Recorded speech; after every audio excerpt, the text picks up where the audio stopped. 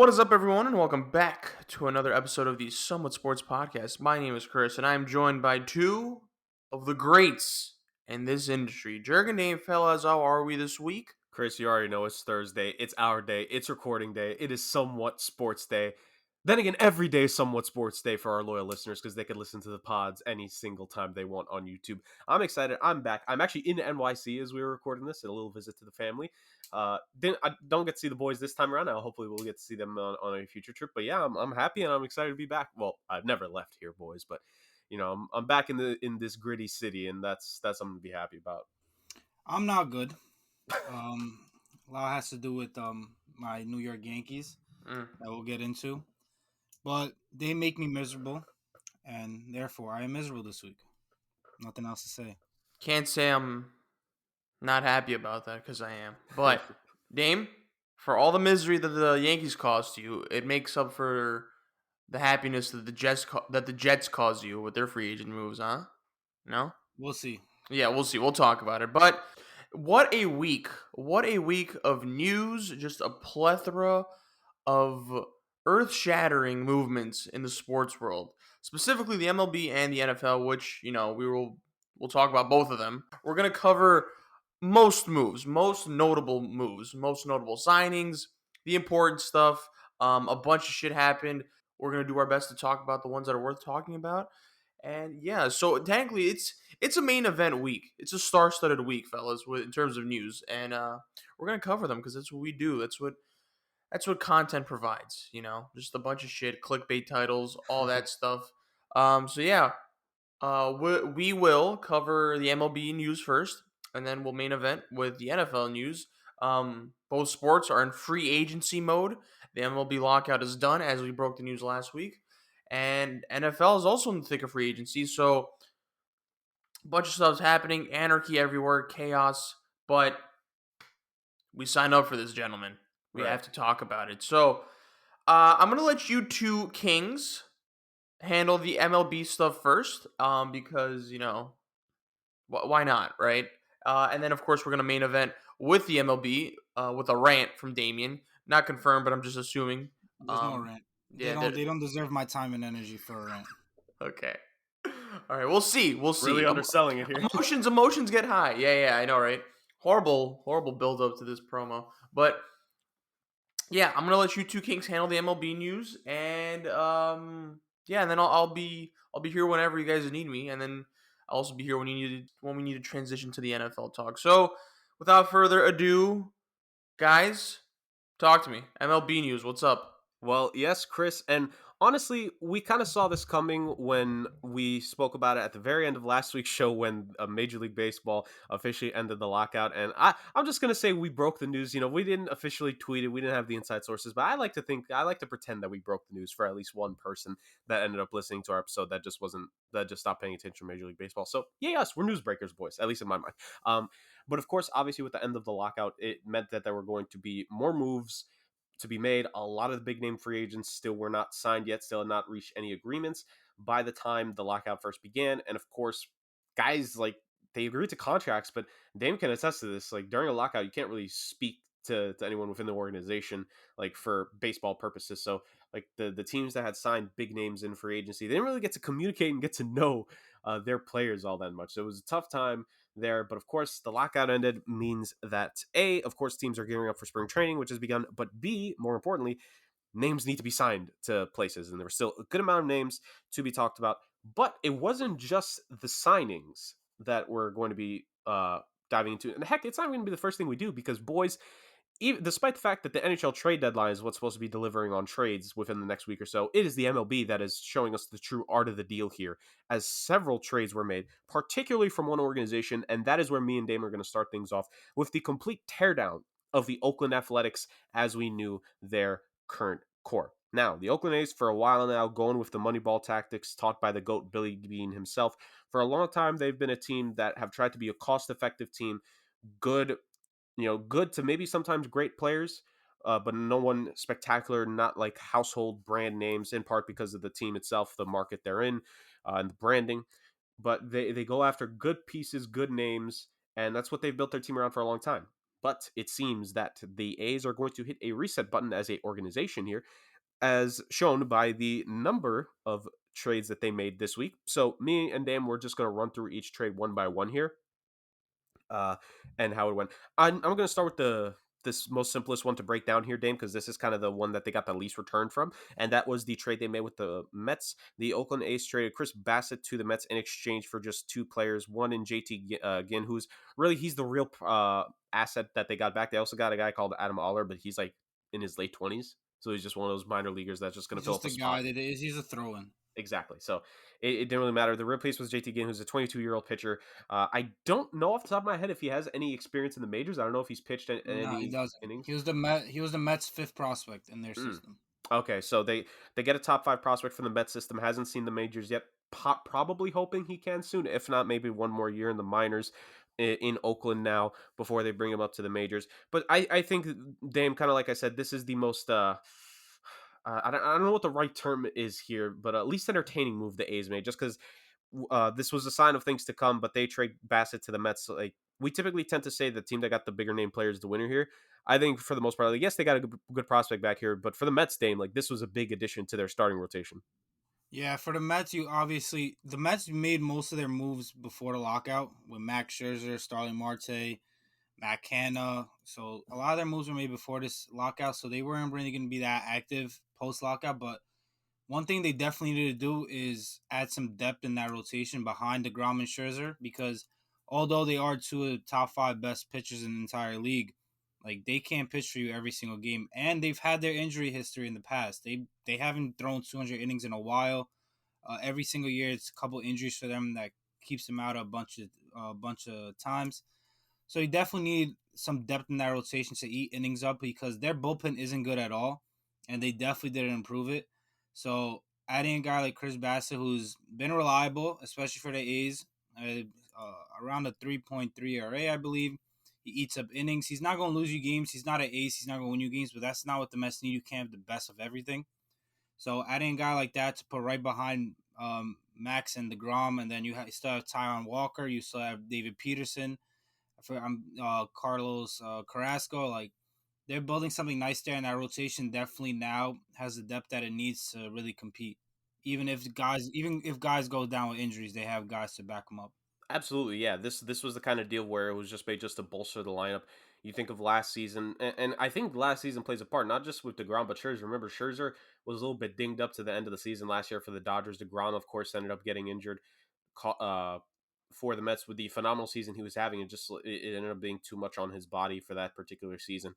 And despite the fact, yes, they did get Carrasco last year, they got Taijuan Walker, but really ultimately for the Mets, the biggest thing here was to just keep adding arms in case injuries happen again. And such a long season that injuries are bound to happen. You get a guy in Bassett, like you said, Dame, nothing spectacular, but a 3.15 ERA, like in today's game, is actually pretty good. Especially in the AL, because the AL you got to take into account that they have the DH, so it's like if you kind of equate it to the National League, it's like a 2 point, like a little below 3 ERA. So Exactly. And also think about the division he was in. He was in a division which had Mike Trout and Shohei Ohtani, who you knew he had to pitch to at least a couple times a season, and also the Houston Astros. Like he was in a division where there were some pretty tough teams in competition there. You know, he definitely saw those teams at least in a couple of his starts. So ultimately, for that to be the case, 12-4, which is pretty good, just literally a hedge below 160 strikeouts. So this is a guy who can also get some guys swinging. Which just adding that to DeGrom and Scherzer, like whether it's him or Walker or Carrasco that proved to be the order, it doesn't matter who your three through what the exact order of 3, 4, 5 is. You now have depth to where if someone gets injured this season, like for a bit of time, like you're not in the position you were in last season where you were really scrambling for things. And like you said, and I think the biggest weakness of the Mets is ultimately still the bullpen. This is a way to try to mitigate things. I think especially come the playoffs, Dame, I think this is more a playoff move because when you shorten the starting rotation in the playoffs, this like Bassett could end up just being a guy. He's essentially a long reliever. Where if you only want to have like Scherzer, let's say you want to save him for later in the series, you only have him pitch 4 or 5 innings in his first outing. You could have Bassett in there to finish the rest if that's how you want to do it. Like this is such a great trade for the Mets that like it's just big for them, and they get a little bit of return. Nothing special here. If Chris wants to chime in on this deal for the Mets, he can real fast. If not, we're just going to keep on moving. I got nothing. But You got the boys are making moves. That's all I gotta say. the boys are There we making go. moves. Very good. More moves than your bitch ass team. Get out of my face. All right, boys. All right. We save it for the end. Save it for the end. Let's hope for it. So really fast here before we continue. Of course, it was the like I said, the Bassett trade was just the beginning of things for the Oakland Athletics because they were not done willing just yet because they decided to trade a couple big time hitting pieces as well later on within the next week. I'm gonna go with the latest trade first because I think the second trade that they made it leads into another conversation here. But Matt Chapman for the A's, he was traded ultimately to the Toronto Blue Jays. The group of prospects that the A's got back, and again, like when you tear down like this, you want to try to get prospects. I think the A's did a relatively good job here.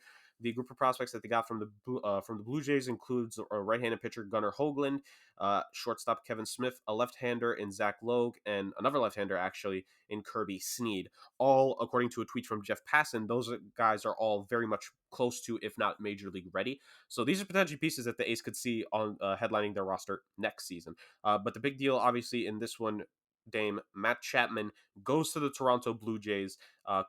The Blue Jays, they made a couple moves in this offseason. Of course, kind of like you said, I think they made a majority of their moves at the very beginning of free agency, just before the lockout. But this is a big time deal that they made to get a guy like Chapman in the rotation. What do you think of this deal from both sides? For the A's, I really like it. They got, I think, the 7th prospect in their system and like the 12th, and then one more other player. And like you said, they're close to being major league ready. So obviously, with the A's, with their teardown, you still need to put a product on the field. And young, exciting players bring people to the stands because they have something to look forward to. And Matt Chapman is obviously a big name here.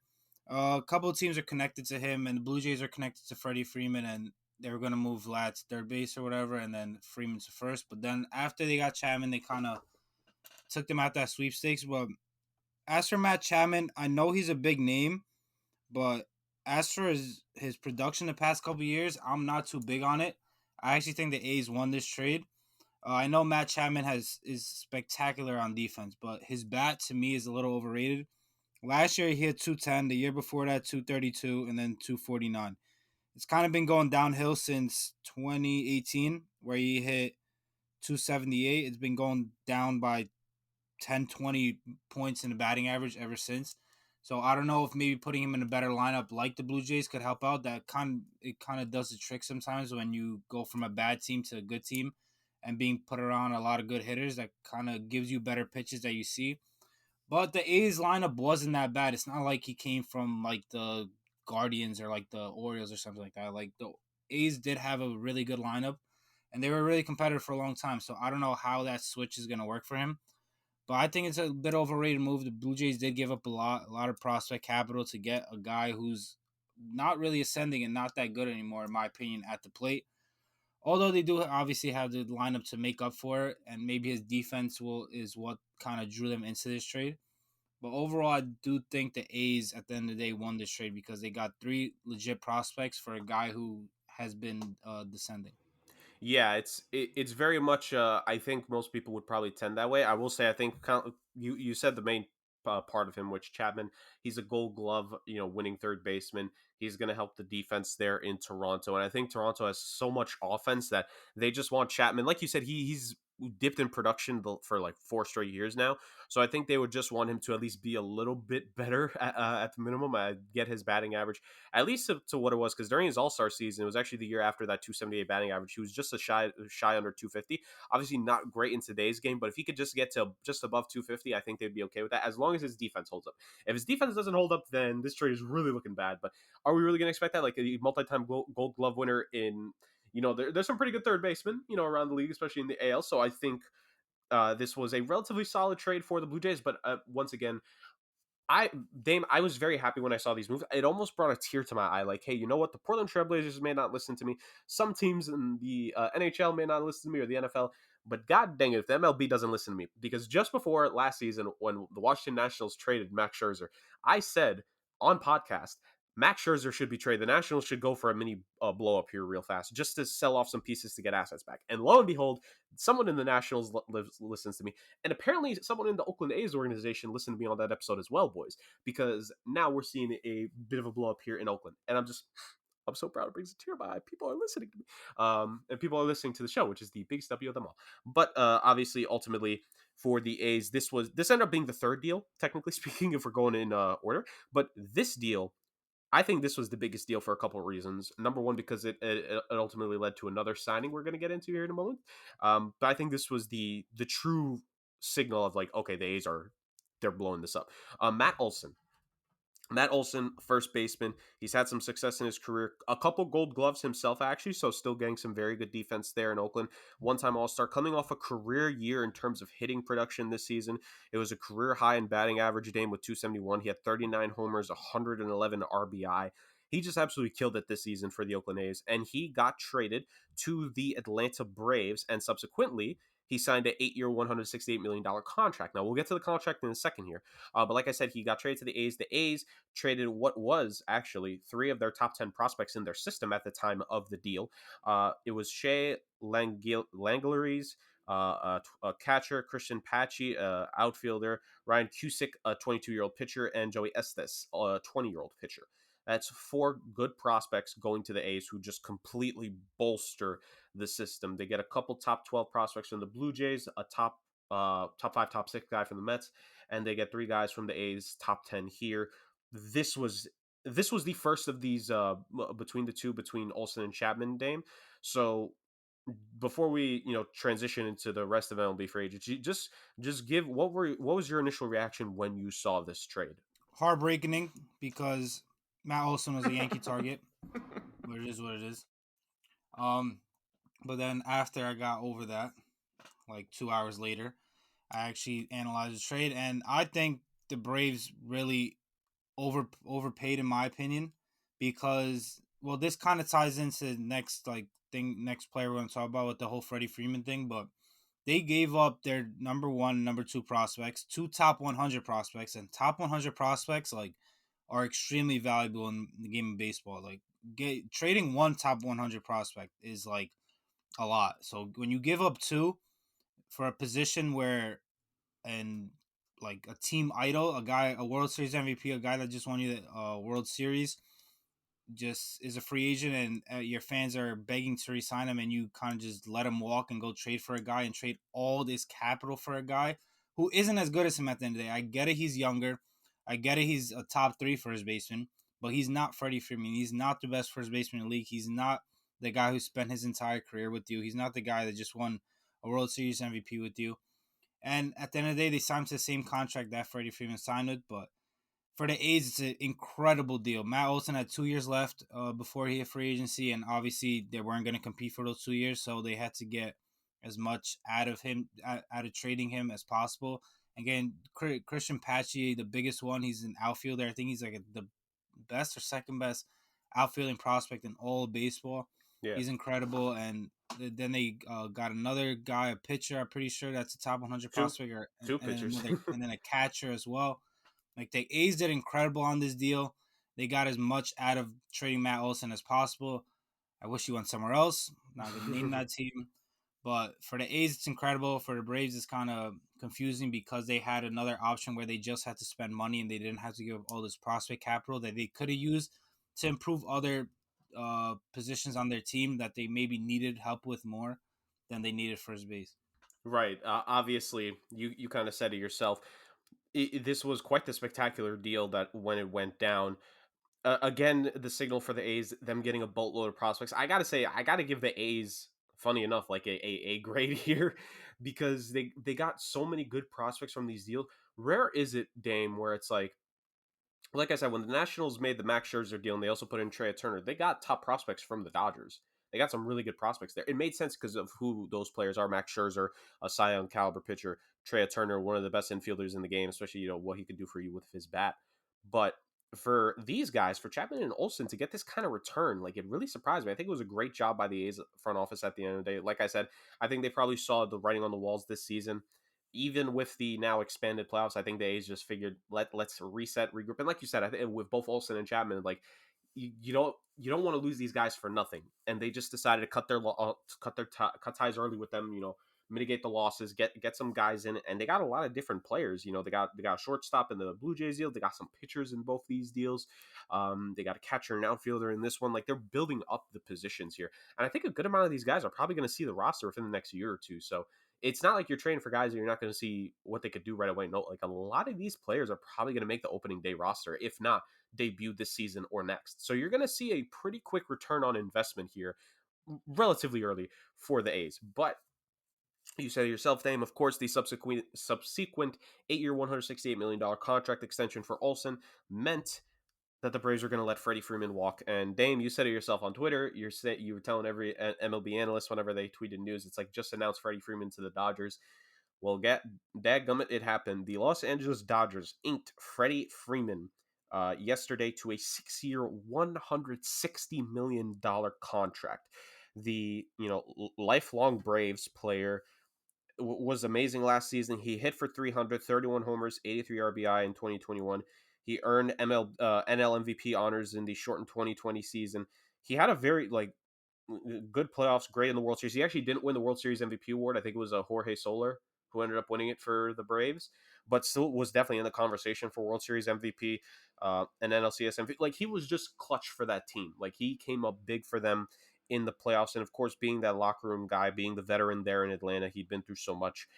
For the Braves to let him go, obviously sucked. Um, I think Dame personally, as once the lockout finished and immediately Freeman wasn't signed, I just had a feeling that he was going to leave because to me, he's just the guy. There's no reason to let him test for this long. There was no reason. I think if they were going to bring him back, they would have brought him back way sooner, maybe even before the lockout hit. I think the writing was eventually on the wall here. So it sucked that he had to leave because you like seeing guys potentially, spend their whole career with a team. But I think we're slowly learning in sports that's a lot easier said than done. Dame, what was your reaction? I mean, obviously, I think we both kind of figured he was going to go to LA, but when you got the confirmation, what did this tell you about the landscape in the NL as a whole? Well, he's a free man now, so. Oh, Jesus Christ, you should have just stayed muted.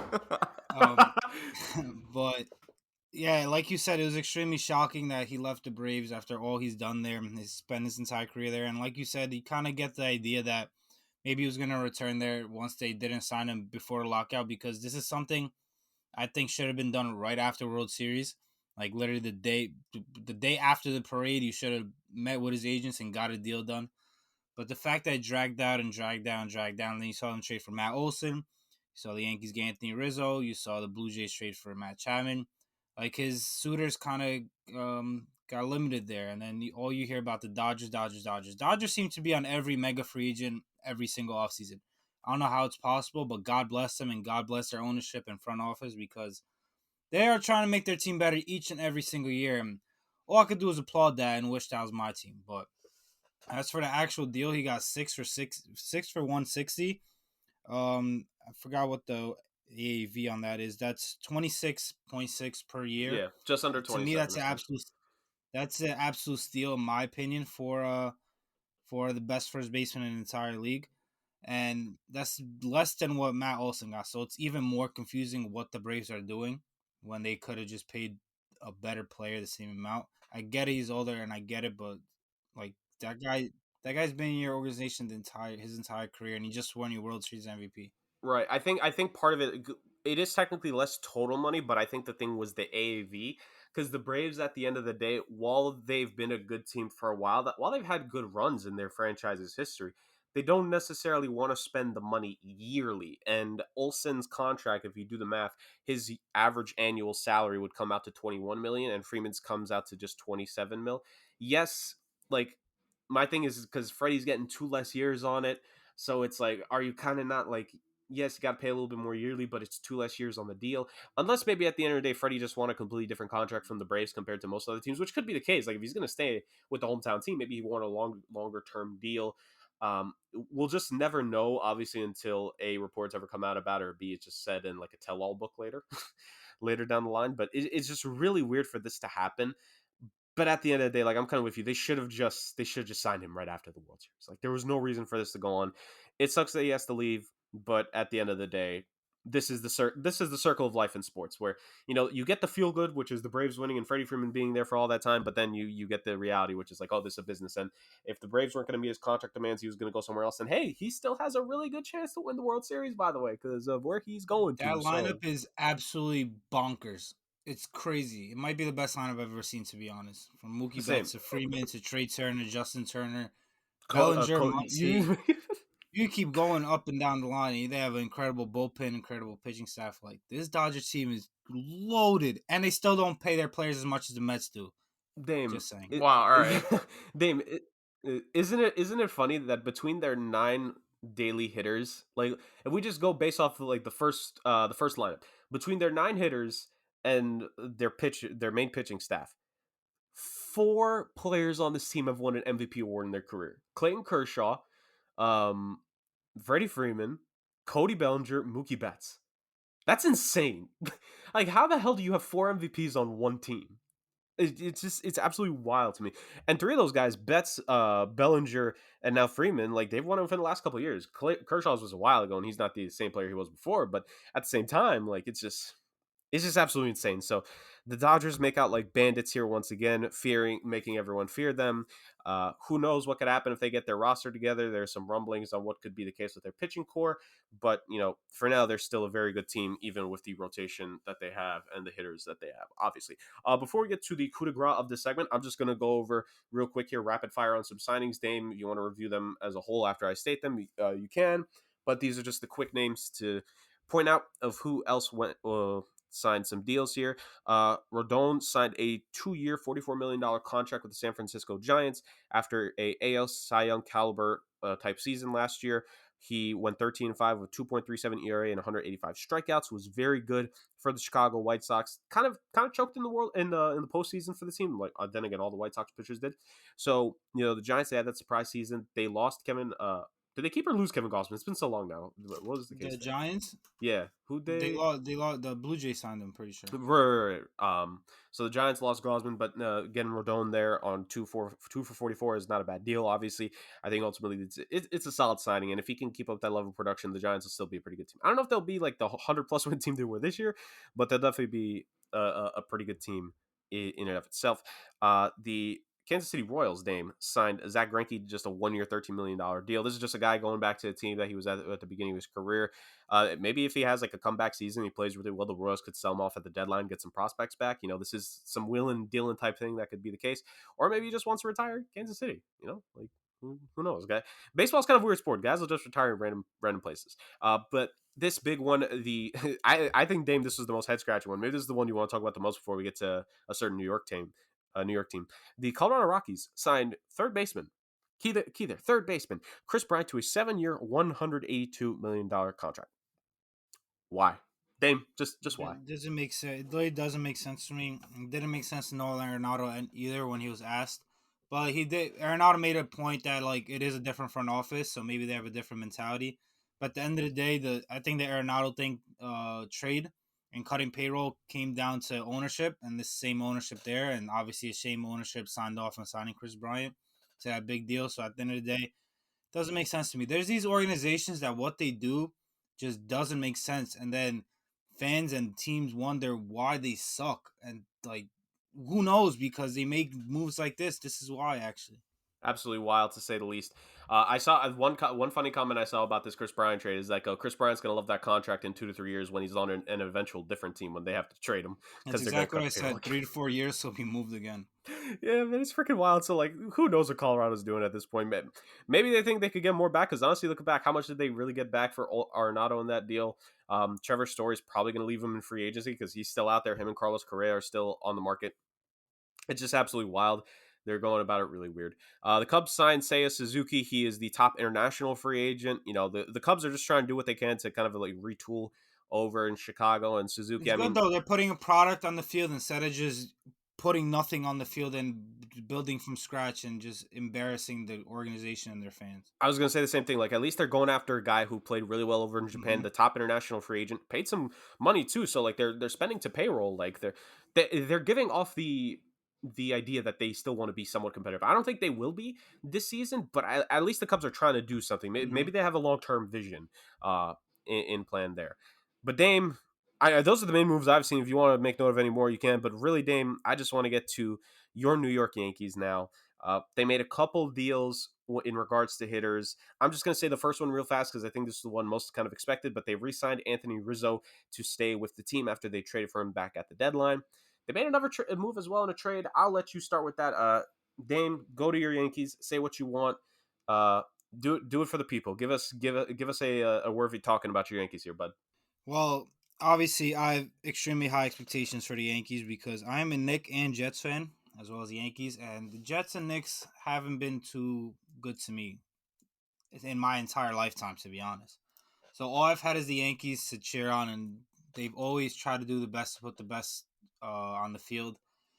But lately, that hasn't been the case, and it's absolutely hasn't been the case this offseason. Before the lockout, the front office and ownership said they're going to spend money, they're going to put a better team on the field because the last few years have been unacceptable, blah, blah, blah, blah.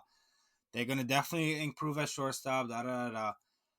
And before the lockout, it's quiet. They made one re-signing of a reliever for like a minimum deal, but no signings outside the organization at all, no trades, no nothing. I don't know what they were waiting for, but a lot of guys went right through them and went to another team. But then post lockout, you still have a hole at first base, you still have a hole at shortstop, you still have a hole in center, you still have a hole starting pitching, bullpen, you have hole catcher, you have holes everywhere. And they were quiet for the first couple of days, and then out of nowhere they make a trade with the Minnesota Twins. They traded away Gary Sanchez and Gio Urshela and got Josh Donaldson, Isaiah Kinner-Falefa, and catcher Ben, I can't even say his Rotefield or something like that. This move was extremely puzzling to me because the Yankees aren't a team that takes on money and especially takes on bad money at the end of the day. I know a lot of people are going to point to the Stan contract, but in my opinion, the Stan contract isn't bad. It's just extremely long. He gets paid $25 million a year, and in the landscape of baseball now, like that's exactly what he should be getting paid, especially if he plays like he has the past 2 years. They also In weren't the my ones that opinion, signed him, by the way. That was the Marlins. The yeah, Yankees just yeah, but traded I'm him. just saying like trading for big contracts like usually isn't the Yankees thing. But what they did in this deal is they took on Josh Donaldson, 2 years, $50 million left on his deal, which at the end of the day doesn't make much sense to me because you're adding that much to your payroll, but you're not improving your team as much as you should for the amount of money you're adding to that payroll. They trade Gio Urshela. They basically switching Gio Urshela for Josh Donaldson. So compare that. I do think Josh Donaldson is a better player. He's a better hitter than Gio Urshela is, and the hitting was the problem for the Yankees last year. But Gio Urshela is a much better defender. Although Josh Donaldson is one of the best defensive third basemen in the league, but I think Gio Urshela is just better. But for the money difference between these two, it just didn't make sense. And I get it, you had to get rid of Gary Sanchez, and God, like he should have been gone last offseason. He's awful behind the plate. He's up and down hitting the ball. But I guess for the Yankees, the big acquisition here was Isaiah Kinner-Falefa. They got their superstar shortstop here that they've been talking about for all offseason that they wanted to hype up fans for. Although he is a good player, he's not what fans expected and what many around baseball expected. When the Yankees say they have a position in need, they usually go out and get a top tier guy, such as Corey Seager, Trevor Story, Carlos Correa. All of them were right there for the taking. You just had to spend the money that obviously the Yankees have. They're the most winning franchise of all time. Ever you see Yankee hats, ever you see Yankee merchandise everywhere. The Yankees have money. This ownership has money. They just don't want to spend it, especially in the right ways. And shortstop was definitely the way to spend it this offseason. I get it. They have their top two prospects are both shortstops and they're close to the majors, but you don't know what these guys are gonna be when they come up to the majors. They could be great in the minors. They could project great, but when it comes to the major leagues, they could be an absolute fluke and fail and bust. So you just don't know. And then you're going to have a hole again. And then you're not going to have this historic shortstop free agent class ever again. So I think they really whiffed on that. But this trade specifically just doesn't make sense to me because although I do think it made the Yankees a bit better because the shortstop was improved and third baseman was a little bit improved, the amount of money they took on in this deal, I think doesn't equal out to how much better they got, if that makes sense. Like the $25 million that they took on from Josh Donaldson, they could have. That's what Freddie Freeman was paid. He was paid 26 million, 26, a little over $26 million per year. They could have just added Miller too, or Anthony Rizzo's deal and just signed Freddie Freeman. Or they could have added $10 more million and just signed Carlos Correa or Trevor Story, whatever it is, and improved the shortstop position a lot more than they did. So this trade absolutely makes no sense. It's not a Yankee trade. The Yankees usually, one thing I'll give them credit for and Brian Cashman credit for is they're extremely good at making trades. These low key trades that everyone's like, "What are you doing?" And then they just turns out to be great. But usually they're like low key moves that aren't for big money guys. This kind of trade just is out of the Yankees' character and Brian Cashman's character. So I really don't know what they were doing. The Anthony Rizzo signing, at the end of the day, it just comes down to them being cheap and not wanting to pay for Freddie Freeman. They paid Anthony Rizzo $32 million over 2 years, $16 million per year, and then obviously Freddie Freeman a little over 26. I do think the difference between those guys is definitely $10 million, and that's what the Yankees should have paid for that difference because for years, or Freddie Freeman was a Brave. I always said that he is the perfect Yankee. He's an incredible leader. He's incredible on defense. He's a lefty bat. He doesn't strike out. He is for power. Hitting for power from the left side at Yankee Stadium, it was an incredible boost for that team. And I get it, Anthony Rizzo is really good, and he's still like a top 7, top 10 first baseman, but he's nowhere near the player that Freddie Freeman is. And it's just annoying to me that the Yankees have Garrett Cole, Aaron Judge, Giancarlo Stanton, and a bunch of other guys in their prime, more towards not being in their prime in their 30s. And what they're doing the past couple of years is cutting payroll until this year. Granted, they increased payroll by $40 million, but to a lot of guys, just their arbitrations going up. It's not really them adding impact guys. And $25 million of the added $40 million payroll is Josh Donaldson. And the improvement from Donaldson to Gio Urshela, like I said, isn't worth that much money. So what this team has been doing and this organization has been doing the past couple of years makes no sense. When you have three of the best players in the entire league in Garrett Cole, Stan, and Judge in their primes, you should be increasing your payroll each and every single year. Just look at what the Dodgers have been doing. They won a World Series, and yet they still upgraded the payroll the next year by adding Trevor Bauer. Now this year they're adding Freddie Freeman. Each and every single year, whether they win the World Series or they come up short, they're adding to their payroll and maximizing the prime of their best players. So I don't know what the Yankees doing. I don't know what they've been doing for the past couple of years. There's still a bit of the offseason left. They can make a lot of trades. They have 8 infielders for 4 positions. So something's got to be done there. But for what's been done right now is just extremely confusing to me and just doesn't make sense. Right. I mean, I will say I did like the shortstop and the catcher they picked up in the deal. I think are going to be defensive upgrades, because Gio Urshela and Gary Sanchez are not too good defensive players, So, a funny point, by the way, for Isaiah Kinner Falefa. The Twins actually traded for him from the Rangers only like a couple days before this Yankees deal, which was like the real funny thing of it at the end of the day. I mean, I think Ben Roethlisberger and Kinner are going to be defensive upgrades. I think the number one thing is Donaldson. The Yankees, man, it's weird, like you said, Dame. At the end of the day, they're making these deals. It's clear they just don't want to spend on guys right now. They keep saying they want to be more aggressive, but I don't think this is the right kind of aggression that the team wanted, or especially people wanted and need. And I think the Yankees just have to live with the roster as is constructed right now. They're clearly just hoping they could bomb their way into the playoffs, literally, with the homers. And maybe they could, but at the end of the day, like we saw what happened to this team last season. When they're not hitting home runs, they're a sub 500 team. And yes, I know it's 7 teams now in the playoffs, but just I don't know. I really don't know. I don't think That's also another reason I didn't like the idea of expanded playoffs because I knew something like this was going to happen where they're going to get complacent because they knew an extra team in the playoffs, an extra spot for them if they don't improve that much. So that's another reason I wasn't a fan of expanding the playoffs because I knew this front office and ownership were going to get complacent and they didn't think they needed to improve as much as they should have. Right. So disappointing, obviously. That wraps up the MLB free agency talk here.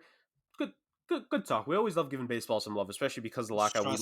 We did, we did not talk about baseball for a while because of the lockout, but now we're back. We talked about a lot of baseball recently. We still have a little bit more to go, Dan, because still have Carlos Correa, still have Trevor Story.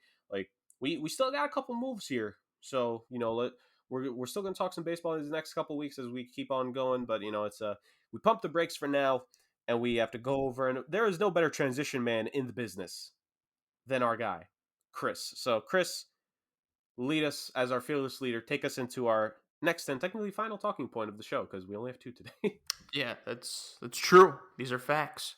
I'm gonna try to talk as much as I can just to give you guys a little bit of a breather because yeah, you guys just beautifully um Yeah, handled the my MLB favorite. landscape for the listeners here. So I need a water break, so thank you. yeah, you're good. You're good. You're good. Okay, so guys, like the MLB, a bunch of shit happened in the NFL. Free agency, trades. Who knows? Maybe by the time we're done, we'll have some breaking news on other possible movements that occur. It's a never-ending cycle here, and yeah. So we wrote down a couple of moves, the notable moves. Bunch of other shit happened, but we're gonna talk about the main ones here. Yeah, so a bunch of teams signed players. They also traded for players, but we'll mostly talk about the signings. We'll start off based on how I kind of wrote it. So I'm kind of leading this ship, sadly. So Las Vegas Raiders. They signed Chandler Jones. Dame, initial thoughts? We keep this brief. We go rapid fire. Chandler Jones to the Raiders. Dame, what do we think? He's teaming up with Max Crosby. Defense gets better, especially in a division where just movements are happening day by day. It seems like the death division of the Yeah, NFL now. just my analysis for this is just going off that division. Like the pass rushes of that division are absolutely ridiculous, and obviously the main point of them getting all these pass rushers is to go after Patrick Mahomes because that's his division. He's owned that division for a while. He's owned that conference for a while, and so teams are just making moves to try to beat that Chiefs team and put their team in the best position to take them over. And putting the best passers on the field possible is the best way to do it. So putting him opposite of Max Crosby is going to be an absolute nightmare for not only the Chiefs but any team in that conference and division. Yeah. Uh, I agree. This was Chandler Jones' like last real chance to have a big money, contract for himself. He had a pretty good season last year, last 2 good seasons for the Cardinals after some people were thinking he was on a little bit of a decline.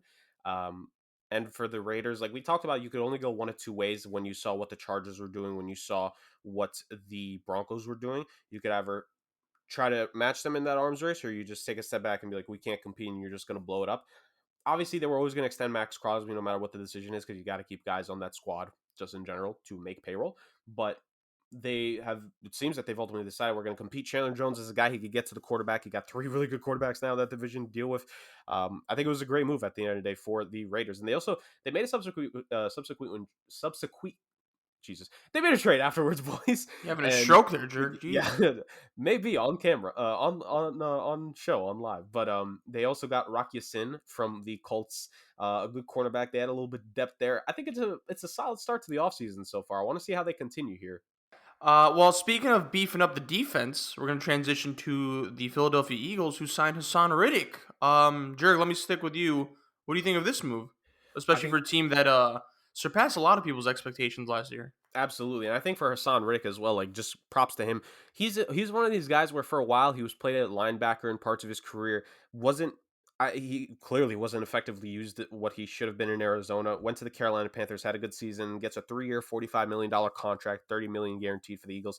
The Eagles needed some pass rush. They still have a couple pieces there, but obviously they saw the season they had. They saw that they made the playoffs. You have to. We always talk about this. You can't just. Well, you got to surround your quarterback offensively with pieces. You know what you can do to help your offense? Have some good players on defense to help end drives.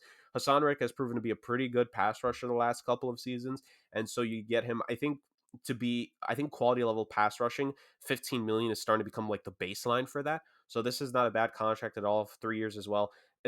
We're starting to see a lot of deals here where the guaranteed money is early on in the contract to where teams can get out of it. If this deal doesn't work out in 2 years, the Eagles can cut him in 2 years. So this is a win-win. To me, it's a low risk, high reward kind of contract for the Eagles. And when you have a rookie quarterback on that rookie deal, you can make these types of decisions. Yeah, you kind of mentioned what I was going to say, how that's kind of the baseline contract for these pass rushers now. And for the Eagles, it's a good deal. Like, this guy has been really productive for the Panthers the past couple years. And I can't really think of a pass rusher that the Eagles do have. I know Fletcher Cox and Brandon Graham are on that defensive line, but they're not really known as elite pass rushers. They're kind of defensive stoppers. And Mahler's on that in the inside part of that defensive line. So adding a guy like Hassan Reddick on the outside is definitely going to take pressure off those interior defensive linemen, and definitely will give a big boost to that Philadelphia defense. All right. Let's move on over to The Bucks, the Tampa Bay Bucks. By the way, Oh I my don't. We didn't god, talk about this because we weren't recording, but someone came out of retirement. I guess a some decent grandpa. quarterback. I'm not gonna say his name, but he's back. So the Bucks essentially have a quarterback again. You're talking Thomas, about Josh Freeman, right? something like that. It's some dude named Thomas Bradley, something like that. But Oh, Eh. he's back. They re-signed Aaron Stinney.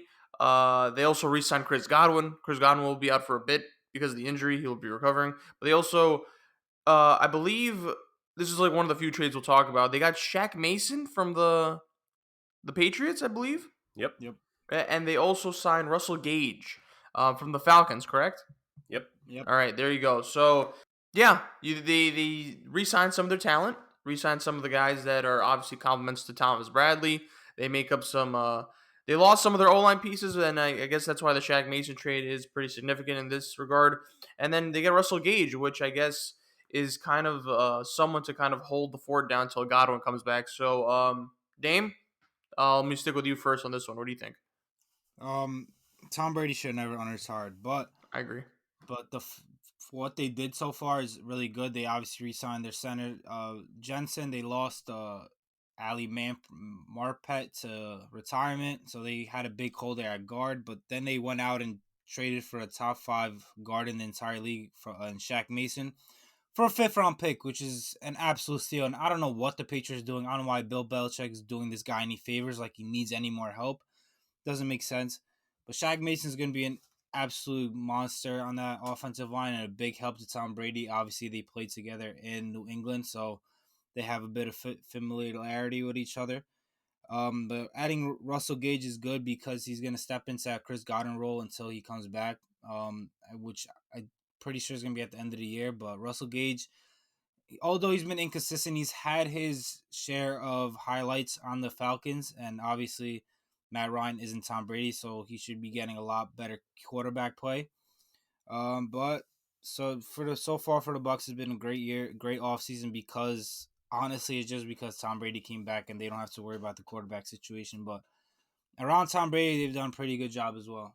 Yeah, yeah. This team early on in the process, because we didn't know what was going to happen to Brady, and that they were, even with his return, they had some cap issues.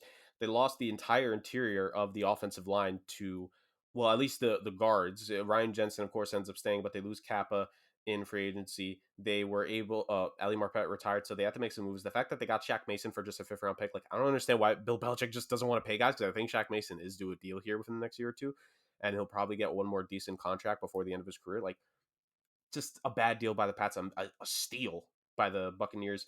You look at the rest of the moves that Chris kind of talked about. Russell Gage is just a deep threat wide receiver where you got Mike Evans, you got Chris Godwin. You're probably going to get Gronk back. Like, you just, anyone else is extra there. But we saw what happened when guys started to go down. Like, they need depth.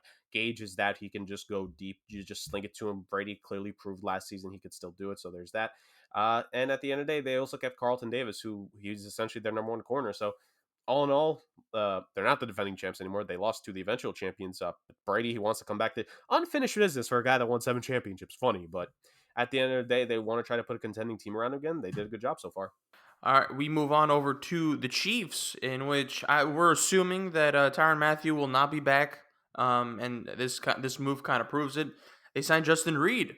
Jurg, what do we think about this? This is kind of basically replacing Matthew, but for more youth, essentially. Yeah, for more youth. And I love the deal personally. I'm a big Justin Reed fan. He's been one of the few bright spots on the Houston Texans the last couple of seasons. He's a guy, he can get a couple of interceptions. You could also use him in like specific blitz packages. Justin Reed is essentially a younger Tyrann Mathieu. And funny enough, the last time the Chiefs took a safety from the Houston Texans was Tyrann Mathieu. And look how that ended up for him. Huh? I think it ended up pretty well. Pretty good contract here, obviously because of the Mahomes deal, because you kept Chris Jones and Kelsey and Hill. You're bound to lose pieces. I'm sorry, Tyrann Mathieu. Sure, he would have loved to stay with a team that was going to be uber successful, but at the end of the day, some guys need to go, and he's just going to be one of the names here. But at the end of the day, I don't think it's a major loss for Kansas City. They got a younger Justin Reed. I think it's phenomenal for them. And all in all, I think it was a great signing. I think he's going to be very valuable to the secondary, which needs a lot of work on it because they lost a couple pieces this offseason already. So Yeah, I mean the Chiefs obviously had a lot of work to do on that defensive end, and losing Tyrann Matthew is huge. And I know they don't have a lot of cap space to work with, but I'm not big on Justin Reed. He's all right. He's not Tyrann Matthew, and I think it's more the fact what Tyrann Matthew brought to that locker room as a leader and on the field as a leader, and I don't think Justin Reed has that. I think Chiefs have a lot more work to do. I know they're working on an extension with Tyreek Hill so they can free up more cap space, and hopefully they're going to improve their team with that cap space. But so far, with the Justin Reed replacement for Tyrann Matthew, I'm not a big fan of it. Okay, a little difference in opinions there. It's all good. All right, Bengals. They beef up their O line, thankfully. So hopefully, this means that Joe Burrow will be alive longer. But Alex Kappa, huge get for them. Dame, let me stick with you. I mean, this is basically easy. So what do you have to say about this one? Obviously, the Bengals, their main thing this offseason was improving that offensive line. It was a problem throughout the entire year, and especially in the Super Bowl. And I got Alex Kappa, although he's not that brand name like a Shaq Mason or Brandon Sheriff. He's an extremely capable guard and definitely better than what they've had. The contract wasn't bad either, so that you're not putting a ton of money into this. But obviously, this was a big step forward for them because they need to improve that offensive line basically at almost every single position. 100% agree. Alex Kappa was amazing in the Super Bowl run for the Buccaneers in this season as well. Shout out to him, by the way. He went to like a Division II or Division III school for playing football in college, by the way, and to make it to the NFL and now to get paid 4 years, $40 million. Absolute, I think, kind of a steal for a guy like that. Like, he's a really good starting guard to me. We knew the Bengals need to upgrade, especially the interior. Aaron Donald just tore apart that team in the Super Bowl, as did Von Miller. So we know that the Bengals need to make improvements. They also signed Ted Karras to a deal. He could be either guard or center. I don't think, obviously, we all agree the Bengals shouldn't be done going after O-line. J.C. Treader got released by the Browns a couple days ago. I think he's still on the market. If I'm Cincy, you might as well just call and ask for him as well, unless you think of drafting a center for this year for the NFL draft. But why not just like keep calling these offensive linemen? There's no harm in it. Heck, Teron Armstead is still out there, boys. Like, just keep on asking, keep on making moves. They ended up re-signing BJ Hill, who had a really good playoff run for them, and they franchise tagged Jesse Bates, who, say what you will, I think Jesse Bates is a good player. Just, I think, I don't to me, he's not one of the top safeties in the game like I think a lot of people try to portray. I think he's good. I don't think he's spectacular, but they franchise tag him. They're able to keep him in the fold. We'll see if they work on an extension like him, like the Buccaneers did for Godwin, or the Packers are trying to do for Devontae Adams.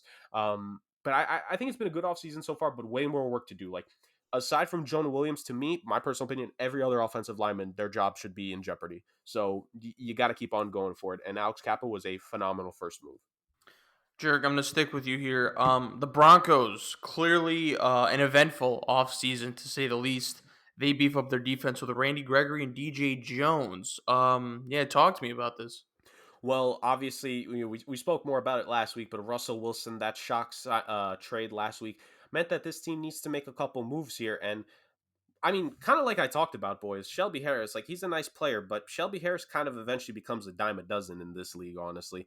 And lo and behold, what did they do? They go and grab a defensive tackle to replace the guy that they let go in DJ Jones. DJ Jones is a fine player.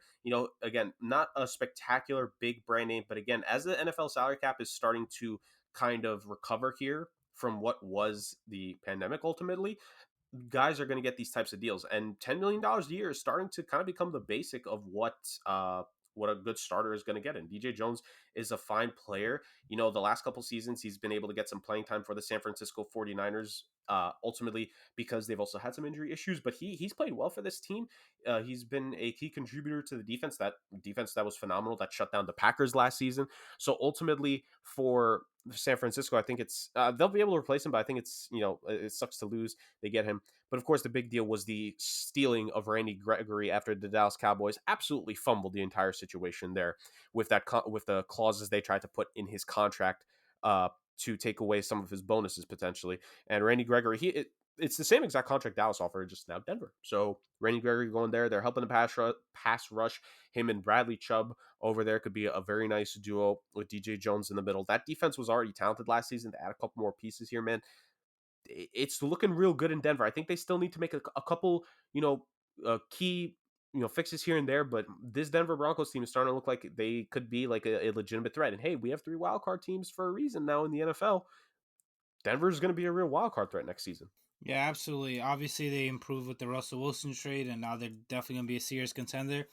And their defense was already really good, but adding a guy like DJ Jones to the interior defensive line coming from the San Francisco 49ers, who are just known for defensive linemen. And then obviously the big one is Randy Gregory, where he had an agreement with the Cowboys, and then they try to add some really sus stuff in the contract at the last minute, and then he turned around and went to the Broncos. Randy Gregory was a monster for the Cowboys last year, and a big reason why that defense turned around. And putting him on the opposite end of Bradley Chubb, kind of low key replacing Von Miller, is going to be an incredible addition for them. And already with the secondary they have and the linebackers they have, that defense is going to be extremely good. And they're going to need that with that offense that they have, and that's why they're going to be one of the contenders in the league. Just talked about the defense of a team beefing up. Dolphins make some offensive moves here as they sign two running backs, Raheem Mostert and Chase Edmonds. Clearly a team to stay away from in fantasy. What do you think about these Absolutely. moves for them? It was confusing to me because they have Miles Gaskin, who's been extremely productive for them, not only in fantasy but in real life as well. And they've had Malcolm Brown and I forgot his name. I forgot his first name, but his last name's Ahmed. And those running backs have been extremely productive. Although it's been a committee, they have been productive. And bringing a guy, spending money on Chase Edmonds and Raheem Mostert, especially Raheem Mostert, a guy who's just been injured his entire career, just doesn't really make sense to me. But the Chase Edmonds signing, I get. Maybe you cut another running back or two from last year, but a guy like Chase Edmonds is definitely explosive and definitely can make your team better. But adding Raheem Mostert right after that just doesn't make sense to me when you already have capable running backs there. They have other needs on that team where they could definitely improve, like that offensive line and defense. So it was kind of confusing, these moves to me for the Dolphins. I guess the Mostert signing was because of the familiarity with Mike McDaniel, I'm I assuming, guess. I maybe. guess. I guess. I was just about to say, boys, sometimes it's not about what you know, it's about who you know. And remember, before he was the offensive coordinator there, good old Mike McDaniel was the running game coordinator in San Francisco as well. And who is someone that he helped with the running game? Why, none other than Raheem Mostert. And I think, like you said, Chris, I think you said it perfectly with McDaniel. He wants a guy who's familiar with how he's probably going to run it. I think he's already made it apparent that he's going to run a very similar style schematically to what they 49ers did in San Francisco. And coming from that tree of running game knowledge, I think there's going to be some success there. Mostert has had success in that San Francisco running game. So to bring a guy that knows the system, yes, I know that the running backs were fine last year, but again, like if you're fine in this league, your job is not safe. You need to be spectacular in order for your job to really be secure. And I don't think any of the Dolphins running backs did enough to secure their jobs for themselves last season, especially with a new coach and new regime coming in there. Um, Edmonds, again, I think I would still argue familiarity because he was on the Cardinals for a bit. The 49ers faced the Cardinals. Mike McDaniel saw this guy firsthand twice this season. Is like, you know what? If I was ever a coach of a team with the way we run it, probably would be a massive fan of what this guy could do in our kind of offense. And now Mike McDaniel is running a team offensively overall. This is exactly why a guy becomes a head coach. He wants to bring in players that he thinks will succeed with him, that knows what he can do. This is exactly the type of player that can do that. So I'm not surprised. Mm-hmm. Yeah, yeah. Uh, Jurg, the Lions made a move. Yes, I know that's your team. totally. DJ Chark. Look, it's not crazy, but it's definitely something though, especially for the Lions who gain another weapon. And you know what? I mean they're the Lions, but they were a really good bad team last year. I think Yeah, their record didn't really kind of represent how decent they actually like. They lost a lot of close games too, they also and tied yeah, tied a game. exactly that too, and also they do have some decent weapons there in Detroit, and I think DJ Chark is a solid addition. So what do you think of this move? Oh, I'm a massive fan of this trade. Good old MCDC Dan the Man Campbell. I think he's a coach that guys want to play for. He's not a fake energy coach like a Joe Judge and the other guys have been. He genuinely he has an air of realness about him to where I know coaches say cliches, but god damn it, Dan Campbell will make you believe what he's saying like he actually means it. And because he went through it, I think the guys relate to him way more than some of these other coaches that try to be like a little bit hard and a little bit too energetic or overreactive. I think that Dan Campbell is a guy that a lot of people respect. And this team, let's just be straight up, they were not that talented last season, but they still got a couple wins. They ended up tying. They gave Ben Roethlisberger a tie in his final season as a Steeler. Sadly, it didn't cost them the playoffs, but I'm willing to forgive you, Detroit, because you let me laugh at the Steelers for a week. And I always appreciate teams that do that for me, except when they're the Tennessee Titans, because Tennessee failed me in that endeavor last season. So again, I don't like the Titans or the Steelers. DJ Chark, I've always been a fan of in Jacksonville. He has a 1,000-yard receiving season under his belt. I think he's supremely talented. I think he's got some tools to him. It's just Jacksonville. Again, yes, Trevor Lawrence was there last season, but Urban Meyer was there, so it really just counterbalances everything that Trevor Lawrence could have been. Look at the quarterbacks he's had to throw to him in Jacksonville, just not good, not top quality in any way, shape, or form. And now, yes, Jared Goff is not necessarily like the greatest quarterback to have thrown to you, but at the same time, it's a one-year deal, getting paid a good chunk of money. This is a proven deal for him to try to go out there, try to reset his value. And I think teams find him valuable, but obviously for Detroit, they get a guy, him and Amon-Ra St. Brown. I'm a really massive fan of that wide receiver duo. Now, neither I think could be like a bona fide number one, but again, Detroit is trying to build up something here for their eventual quarterback who they might get in next year's draft. So if you're telling me a rookie quarterback by this time next year is going to come into a situation where the team has two pretty good wide receivers, will have the cap space to get a potentially a star caliber wide receiver in next year's free agency class, has some pieces, has the franchise left tackle, got a couple pieces on defense. Detroit is building, man. I think this was just a A+ move from them. Yeah, obviously this team didn't have a great record last year, but they played hard each and every single game, and we're in a lot of close games. And a lot of that has to go to their coaching staff with Dan Campbell. This team clearly has a lot of holes, but they have a lot of draft picks, a lot of cap space. Like this is obviously a rebuilding team, and one of the positions in need was definitely wide receiver. Losing Kenny Galladay last offseason. But they do have Ahmad St. Brown, and they have TJ Hawkinson, they have DeAndre Swift. Like they have weapons there, and adding a guy like DJ Shark to that mix is definitely an improvement for what they had. And for whoever quarterback is going to be there next year, whether it is Jared Goff or they bring in somebody else. But obviously, they probably won't draft a quarterback this year. They probably go after it next year. Like Jurg said, this quarterback is going to have a pretty good situation on offense to go into because DeAndre Swift's not going away anytime soon. Neither is TJ Hawkinson. Neither is Ahmad St. Brown. I forgot what DJ Shark's contract is. It might have been a 1-year deal. 1 year, 1 year. Regardless, if he plays well, they probably are going to re-sign him to keep him there, keep the familiarity there. But yeah, I like the signing as well, adding to whatever quarterback you bring in, bringing him to a good situation. Okay. All right. We move on over to the Ravens, who have made some big boy moves. They signed Zadarius Smith, but most importantly, they sign Marcus Williams. Now, this was huge. This adds on to the Ravens defense. This Ravens team that got a little beat up towards the. I mean, they got beat up to start off the season, but they definitely fell apart at the end there, which led to them missing the playoffs. But they're coming back in a very impactful way now with these moves that they're making. So, Dame, what'd you make of these moves? I know Marcus Williams. There was some of the Jets were eyeing, so to your dismay, of course, but huge for the Ravens.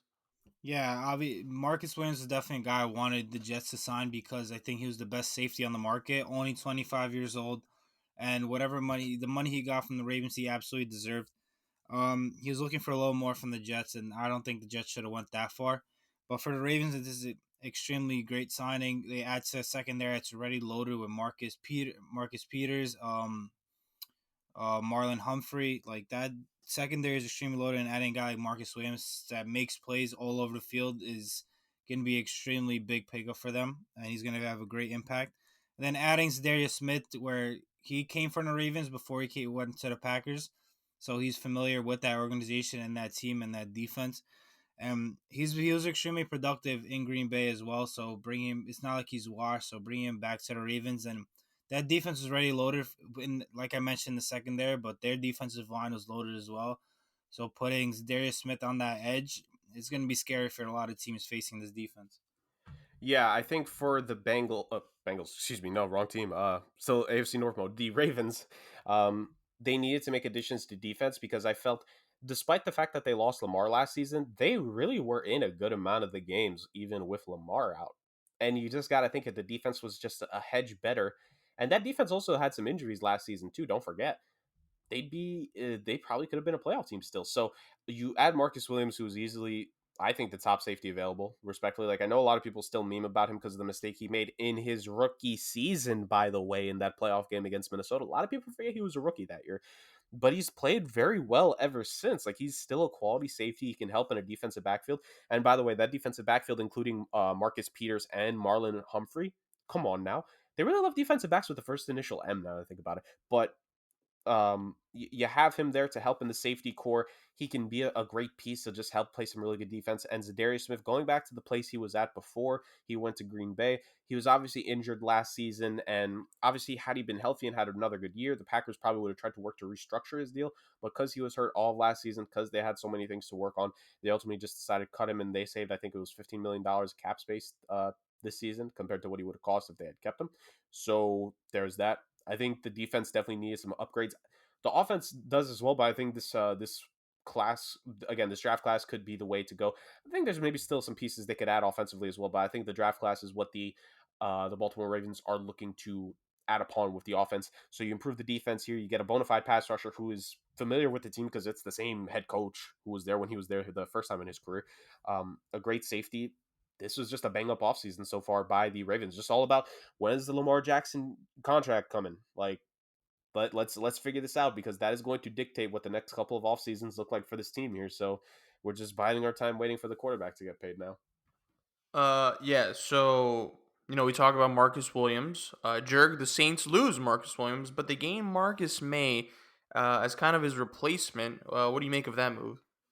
I think it was a fine enough deal. Like, dude, the Saints are in such salary cap hell. Yeah. Like, they don't have a choice on some of the guys that they have to let go or maintain. They were always going to be priced out by Marcus Williams. So they just go with a cheaper guy. And look, they don't even need to switch the first name of their safety. They just need to switch the last initial, if that's how they do it. So I'm just making all the name jokes today. But Marcus May, I think, is a fine safety. Like, you guys being Jets fans, I think you could say, like, a lot of people forget they took Jamal Adams and Marcus May in the same draft class. At the end of the day, Marcus May was talented.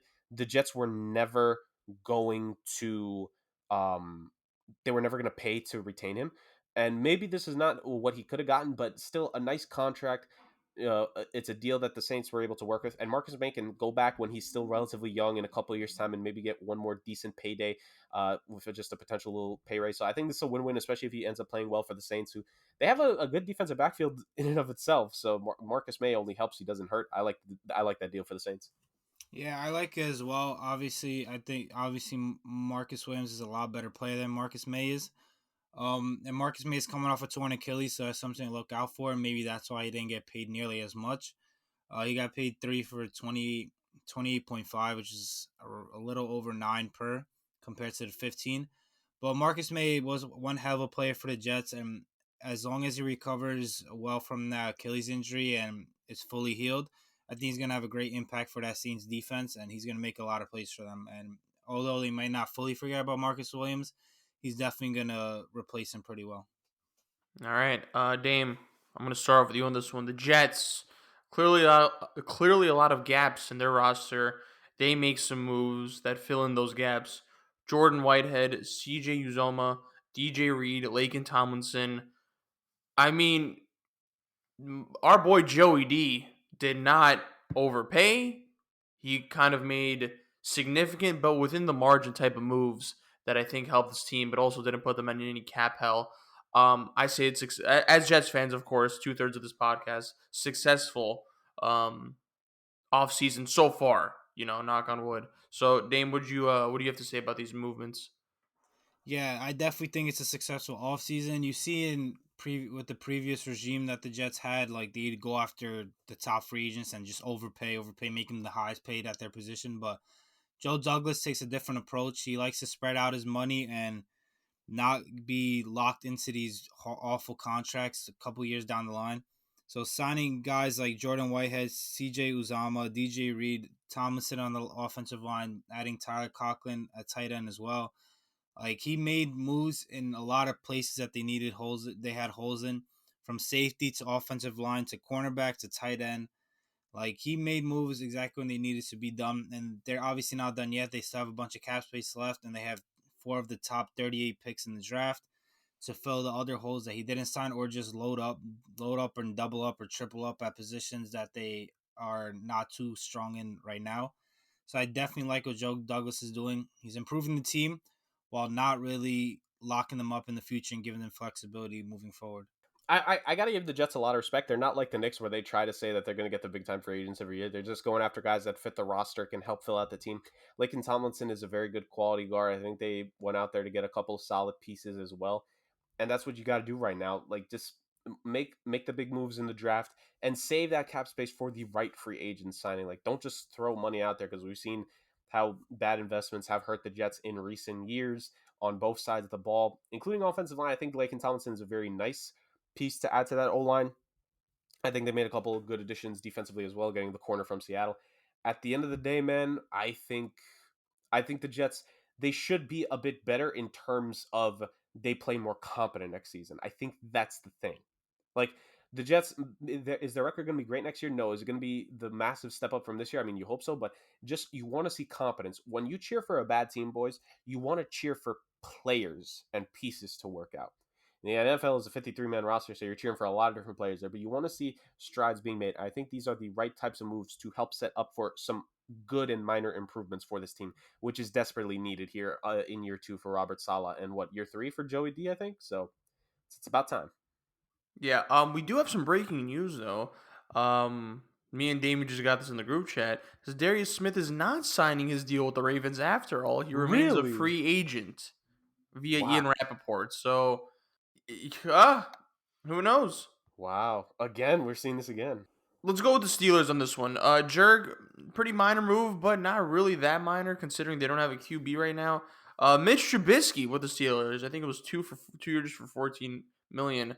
What do you make of this move? Initially, I was like, oh, Mitch Trubisky doesn't really fit, Mike Tomlin, I feel like. But, I feel like if someone were to get Mitch Trubisky right, it would be Mike Tomlin. So, what'd you make of this? It was entertaining, to say the least. Like, he is better than any quarterback on their roster. I'll give him that. That's not a high bar considering it's Dwayne Haskins and Mason Rudolph. But I think Mitch Trubisky, he did a year good. Turns out you just got to go be a backup quarterback for a really good team, and you're going to get a second chance. Jameis Winston, Mitch Trubisky. So we'll see what chances that Mitch gets when he gets, because even if they do still end up wanting to get a rookie quarterback, he's probably going to get to start to begin the season. Like, he's better than Mason Rudolph and Dwayne Haskins. I don't care what anyone says.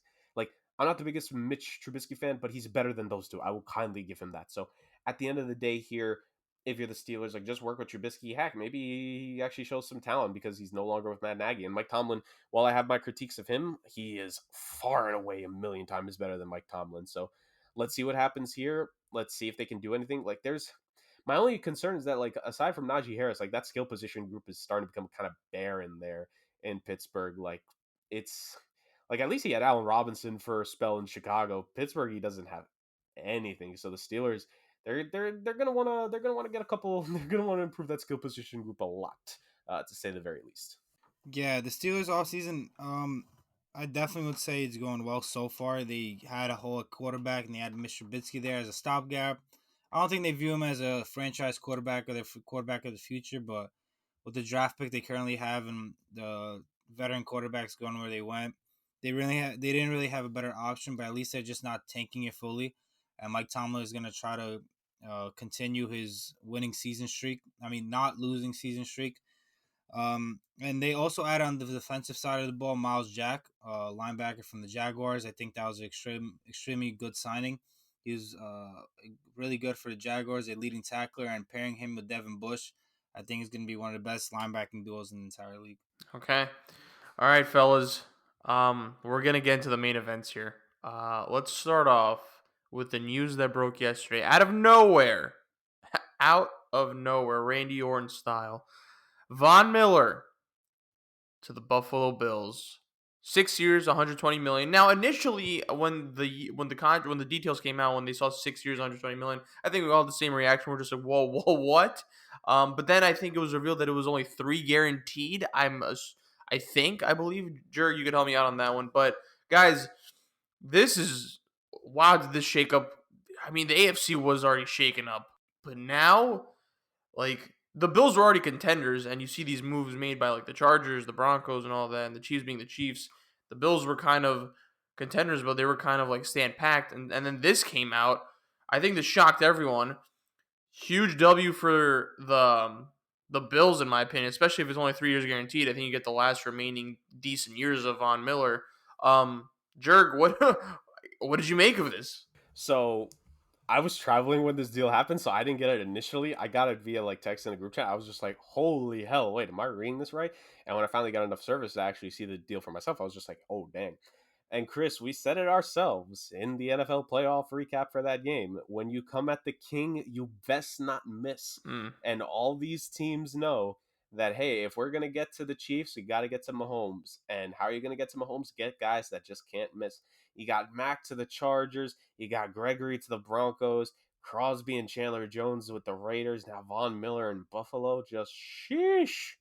Look at all that talent, man. Yeah, so the thing with the Von Miller deal, yes, it's 6 years, 120 million, but it's 51.5 million guaranteed, 45 million guaranteed fully at the signing. So really only half his contract is guaranteed. So kind of like what Chris was talking about, it's really this is more of a 3-year contract if we're looking at it. And this is kind of a thing like I mentioned earlier, like Randy Gregory's deal. He's only got I want to say 28 or 30 million guaranteed of it. That's essentially the first 2 years of his contract. So this is clearly something where the Buffalo Bills have an out after 3 years if they miss on this present window of time that they have. Because let's be real here, like in 3 years they're probably gonna have to relook at the Josh Allen contract, not for negative reasons, but just like okay, we can maybe extend, restructure. We got to do some things here. Got to fix up the roster because Stephon Diggs he's gonna be older in 3 years. Like there's periods of time when you have a window in sports, and the Bills have now, to me, they've set a clock for themselves. They've set a 3-year window with this contract. And I think they have to do their best. Like you said, they get OJ Howard on a 1-year deal. It is a $3.5 million deal. I think the maximum it could be worth up to $5 million. So that $1.5 million is probably just incentives that he could hit. OJ Howard and Dawson Knox is a pretty good tight end duo. The Bills did release an offensive lineman or two, if I remember properly. So they gotta try to beef up on the offensive line. I think they're probably gonna look at the draft or if any more cast offs get cut in free agency because I think this is really where the majority of that cap space is going. But it's just a big time deal. And like this Bills team, they improved in pass rush last season, but they still need a little bit more. And heck, why not go for Von Miller, man? Like, just that dude's special. That dude is really, really special. Fun fact, actually, by the way, Von Miller was drafted in the same draft class where the Buffalo Bills ended up selecting Marcel Darius. And I want to say, like, that was 1 or 2 picks separated from one another. So the Buffalo Bills were actually pretty close way back when to maybe get Von Miller had he, I don't know if he slid to them or if they just didn't pick him. I forget what the situation was. It's been so long. But like, look at Von Miller going to Buffalo, and he's going to make a difference there. He can already show what he can do to impact the playoff game, and that's what the Bills want. They want him to be good enough for the 17 regular season games. They want him to be good for 3 or 4 playoff games come January and early February. Yeah, obviously this was a massive contract, whether it was 6 for 120 or 3 for 54, guaranteed, whatever it may be. As long as Von Miller plays and he plays well, it's gonna be more than 3 for 54. He's gonna hit all his incentives and stuff, and if they keep winning, which they probably will, they have a really good team. It's gonna be a lot of money. To me, it doesn't make sense. It was, I guess, shocking that they paid all this money for it, but like Jurg said, I kind of looked back on it and I was like, yeah, you kind of need as many passers as possible in this AFC with all this incredible quarterback play. You need to be able to get after the quarterbacks like Herbert, Mahomes, now Russell Wilson, Josh Allen, obviously. So adding a pass rusher like Von Miller, who just won a Super Bowl and will obviously won a Super Bowl with the Broncos and one of the best pass rushers of all time, it's a great signing for the Bills. And obviously they probably overpaid a little bit, but at that position in that conference, you're gonna need to. 2 more teams left. Just to update the fans, quote unquote fans, where we're at. The Jaguars, a team that spent some money recently. Some of the notable signings here, we got Darius Williams, Evan Ingram, but I think the one that stood out, of course, was Christian Kirk. I don't know how many years I think it was 4 years actually, but I don't know how much are guaranteed. But it was basically 4 years, 84 million, was it? Yeah. So I believe what is it, 21 mil a year? Was that I think what I saw is that it's 72 million, but could be up to 84 million. So I think okay? the All right. extra couple mil is like incentives and stuff. Either way, too much for Christian Kirk. However, it's a weapon you give Trevor Lawrence, and they're with Doug Peterson, with the hiring of Doug Peterson, they clearly want to make moves now, even if it means an overpay for certain players. So, did I start off with Dame and the other one? Now you start with me on Von Miller. Okay, so I finish off with Dame. Dame, talk to me about this.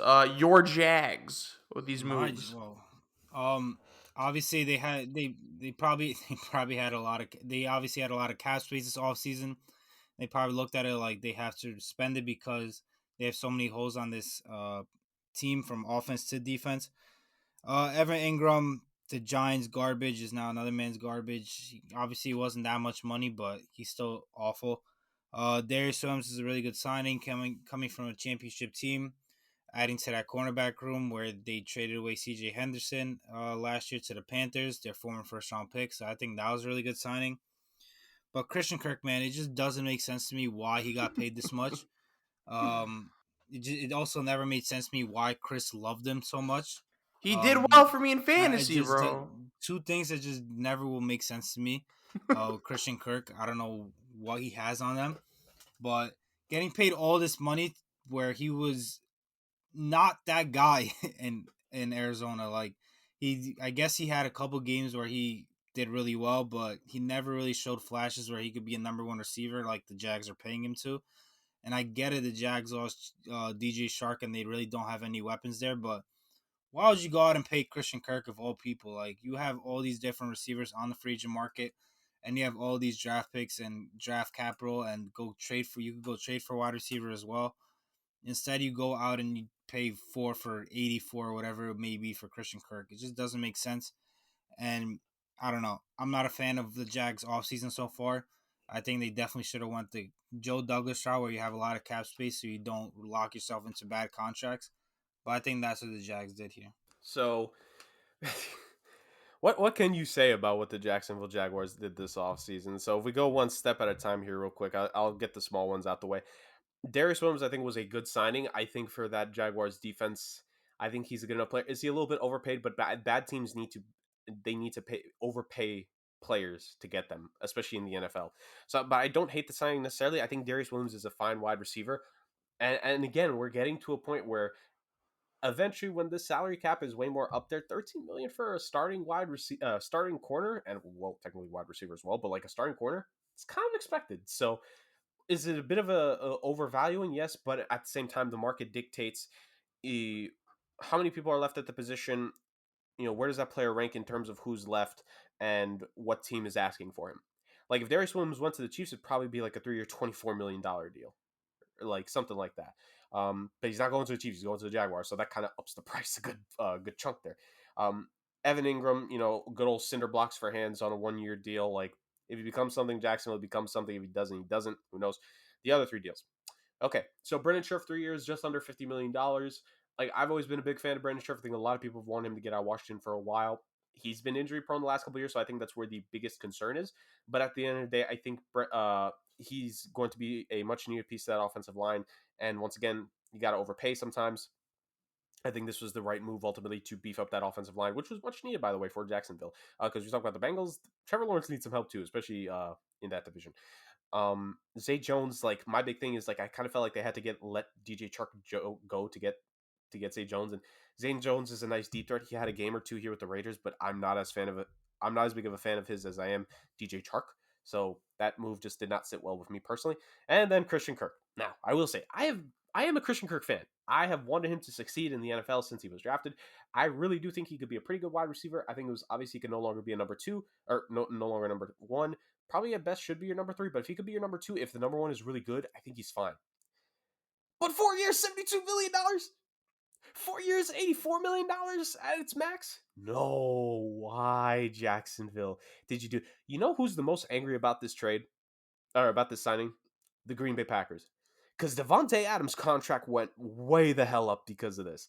Like, Devontae Adams looks at Christian Kirk getting that money. He looks at all these other guys signing, and he's just like, okay, where my money at, Green Bay? So this just absolutely screwed over the Packers. Oh, poor Green Bay. You get Aaron Rodgers back, but it's just, it can't get easy.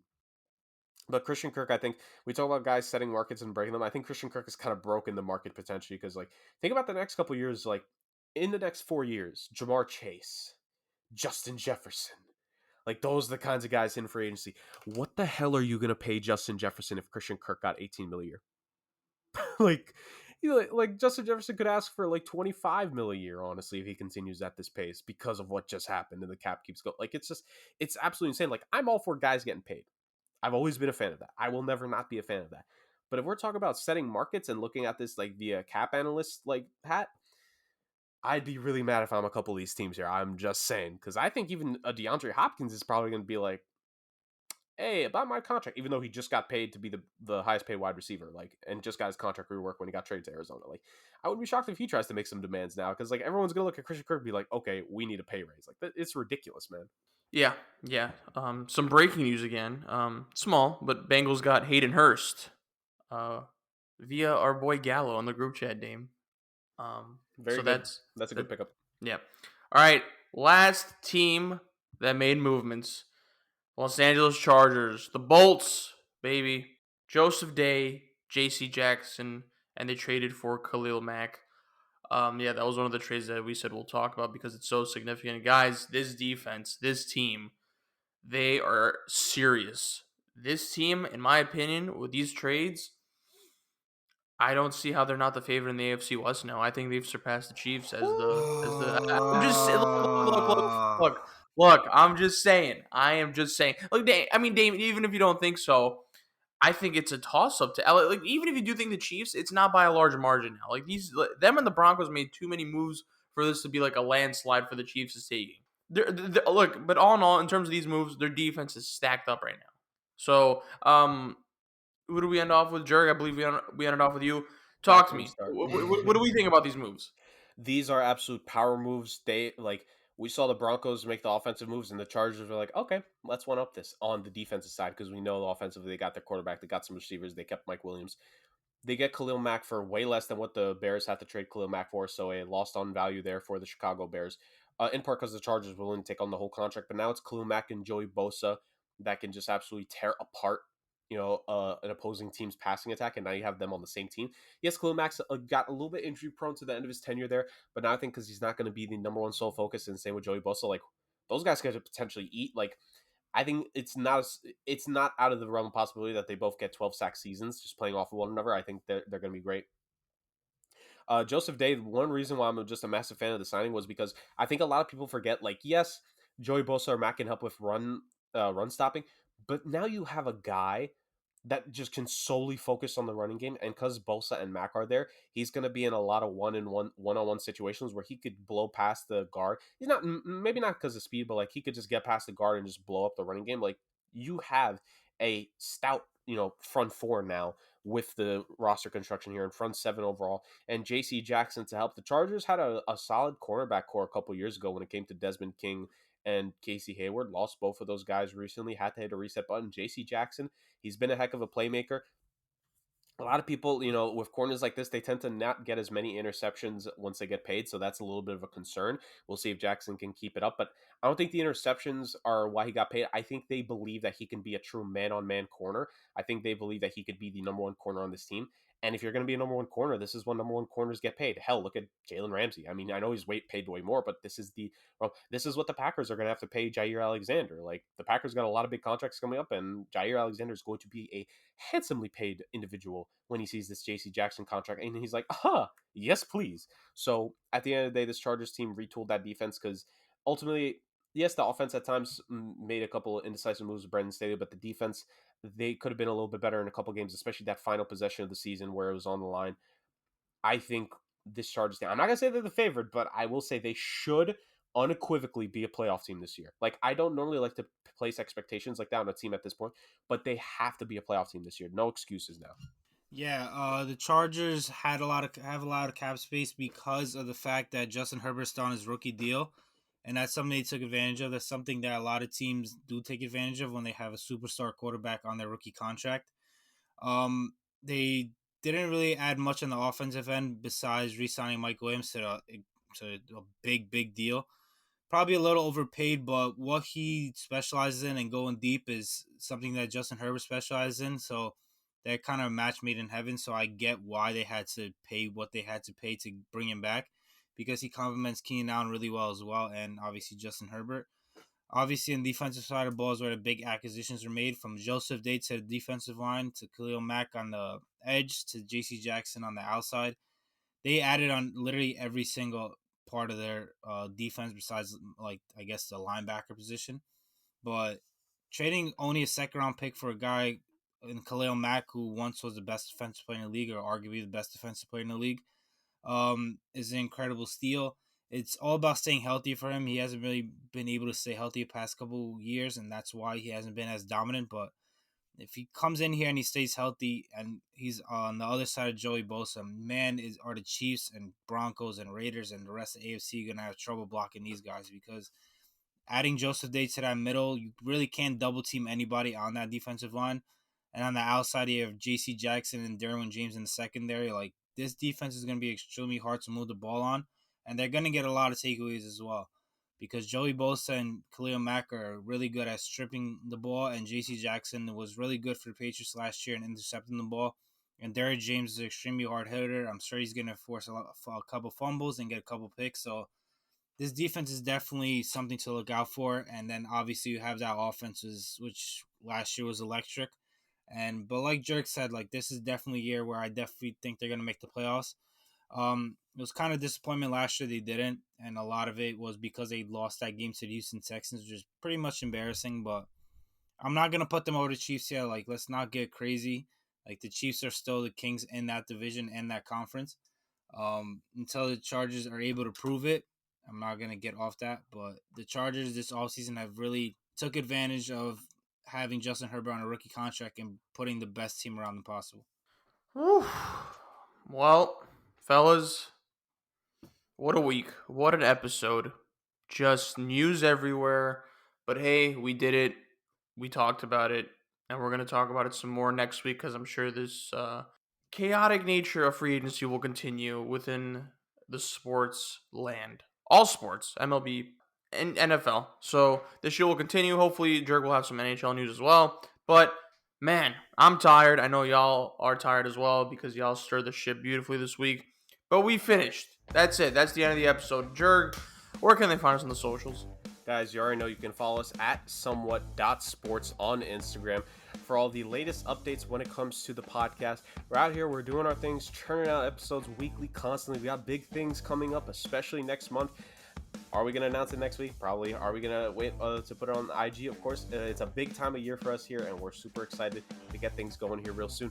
NHL trade deadline passes within the next week, so I will definitely be talking about it next week. Big NHL news going down.